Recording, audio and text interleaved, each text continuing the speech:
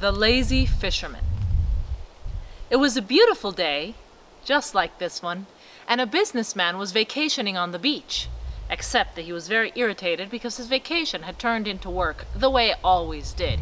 He was talking on his cell phone, trying to figure out things back home, back at the business, back at work, berating all those employees that simply did not have a work ethics, and oh, he hated laziness more than anything else. How could it be that he left for just one day and already everything went to pieces? And finally he managed to hang up the phone when he saw, right there on the beach in the sand, a fisherman. But he wasn't inside of his boat. No.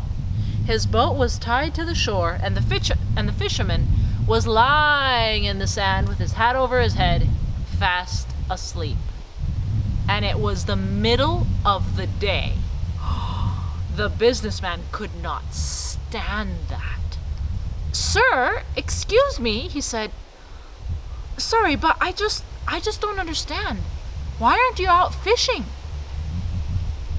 No. Fisherman took his hat off and looked up at the man. "What for?" he asked. "What do you mean, what for? Isn't that what you do? You catch fish?" I caught some already." "But why don't you go out and catch more?" "What for?" "Well, so that you could have more fish to sell."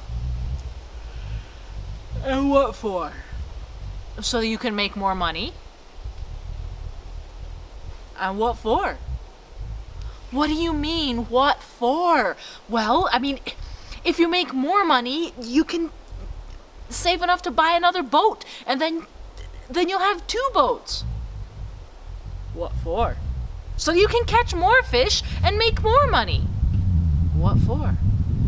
"Well, that way you'll be able to have an entire fleet of boats, and you'll be catching thousands of fish every day, and you'll be in business for yourself, and then you'll be rich."